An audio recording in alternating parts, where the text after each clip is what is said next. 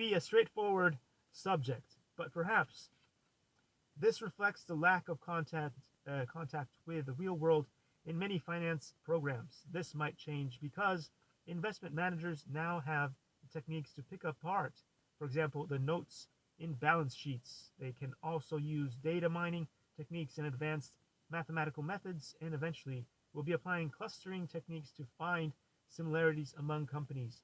Professor Logue remarked, I'm going to read what he remarked, but first let's make sure that we say hello and thank you to all the awesome people that are showing up here for the live today. User 6 and Terry Barbier, and Jeanette and Kyther. Wow, I can't read that one. And come on, Coin Time. Elizabeth says, I do apologize for butchering names, but I do have dyslexia, so just so you guys know, in case you get offended, I'm not trying to butcher your names. I am trying my best to read these. Kaylin Morgan 8, thank you for joining. One Gunner Down. What a cool name. One Gunner Down is here. Awesome. All right, I'm going to read a little bit more for you guys. So, academics underestimate the significance of accounting, which consists of rules. One needs to read the footnotes, the 10Ks, and the 10Qs, while academia poo-poos accounting, given that it holds the markets are efficient. So consider how Citibank and its structuring of securities for Enron were sold to Vanguard and others as investment-grade securities, while the bank knew that the information,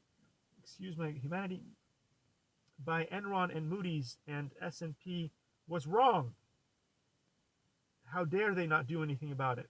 But they knew about it. So anyway, Citi had another set of information.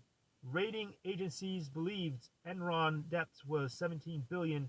Citi thought that it was 21 billion. In the end, Enron's debt was 27 billion to 28 billion.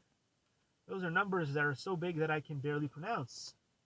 Thank you, user 276722020, for joining the live, and everyone else that's here. Love y'all. Thank you. Man, I've never seen this many likes in a lifetime on YouTube, so this is so cool. Thank you guys for dropping by, sending likes, sending whatever you guys are sending. It's so cool. Thank you. You guys are amazing. So let's see. By the end of November 2001, Enron's shares had plummeted to less than $1 after having experienced the